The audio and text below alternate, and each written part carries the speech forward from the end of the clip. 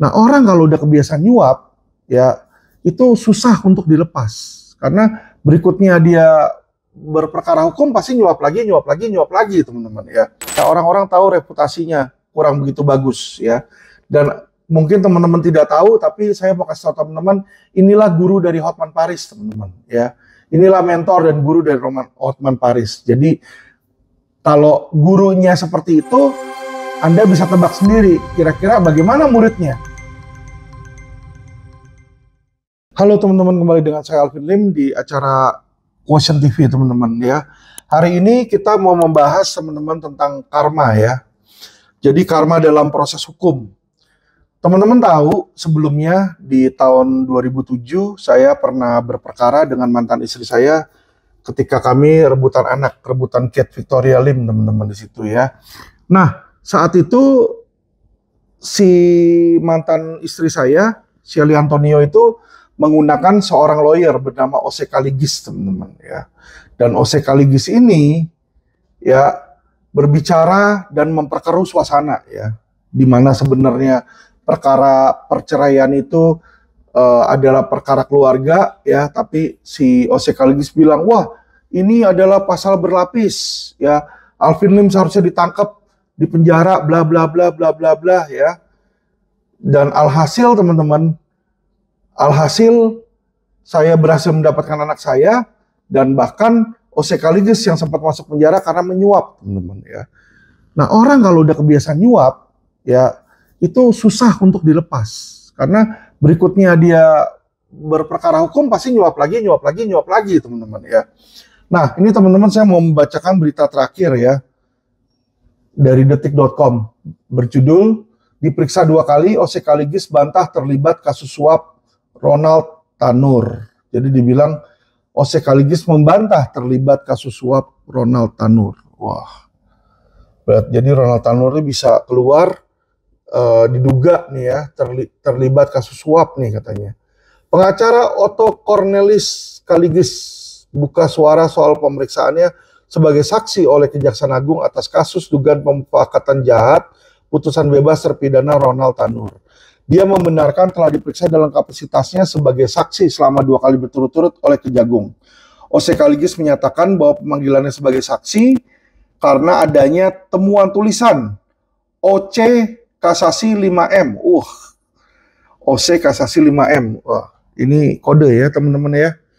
Kasasi 5M. Jadi apakah bisa turun vonisnya itu siapa namanya, Ronald Tanur karena ada duit sogokan ke kasasi ini saat penggeledahan di kantor tersangka Lisa Rahmat yang merupakan pengacara Ronald Tanur ya.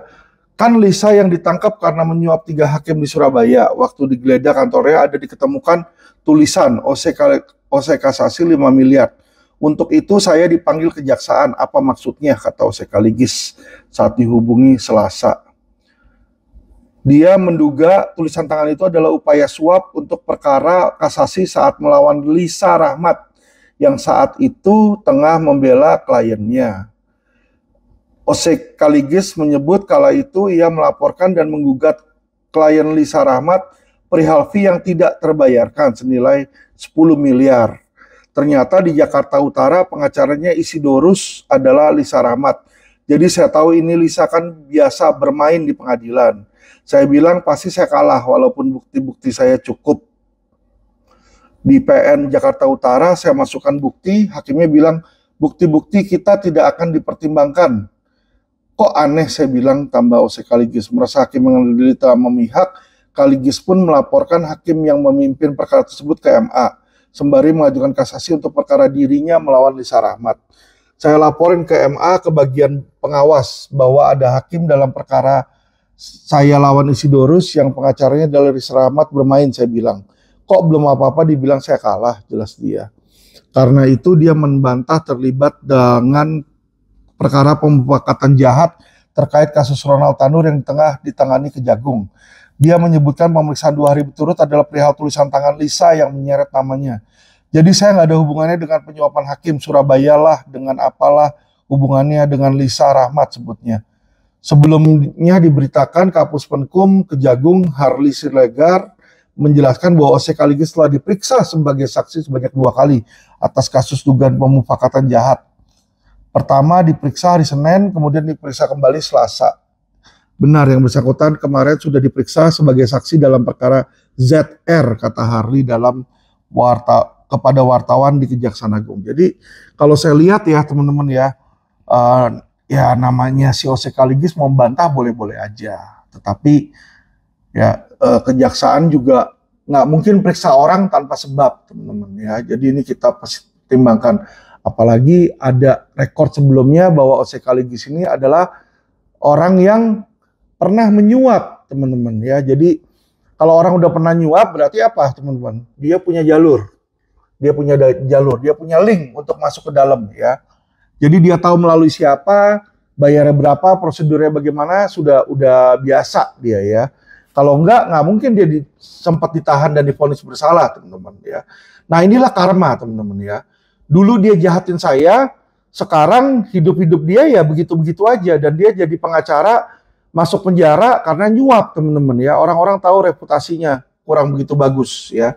Dan mungkin teman-teman tidak tahu, tapi saya mau kasih tahu teman-teman, inilah guru dari Hotman Paris, teman-teman ya. Inilah mentor dan guru dari Hotman Paris. Jadi kalau gurunya seperti itu, Anda bisa tebak sendiri kira-kira bagaimana muridnya. Apakah muridnya mewarisi ilmu dari gurunya? Apakah muridnya juga akan mewarisi jurus-jurus dan prosedur dan tingkah laku dan integritas yang ada pada gurunya? Ya, akan tercermin pada muridnya tersebut, teman-teman ya. Makanya kalau orang sering menang di pengadilan, jangan heran ya. Ada kemungkinan ya orang itu sering menang karena sering nyuap, teman-teman ya. Dan itu patut jadi perhatian masyarakat. Jadi teman-teman ya, kita bisa lihat sekarang bahwa hukum itu adalah uang. Ya, Ronald Tanur bisa lepas di MA, hukumannya bisa turun jauh ke situ. Dari 20 tahun ke 5 tahun ya teman-teman ya. Itu karena apa, teman-teman? Oh, yang tadinya diputus tidak bersalah dan diputus akhirnya divonis hanya 5 tahun ya teman-teman. Itu sangat rendah loh buat sebuah kejahatan yang menghilangkan nyawa ya. Dan itu karena apa, teman-teman? Diduga karena uang ya. Itu yang tadi dibilang oleh pengadilan, yang dibilang oleh kejaksaan Harley Siregar ya. Kemungkinan adanya dugaan suap di situ, teman-teman ya.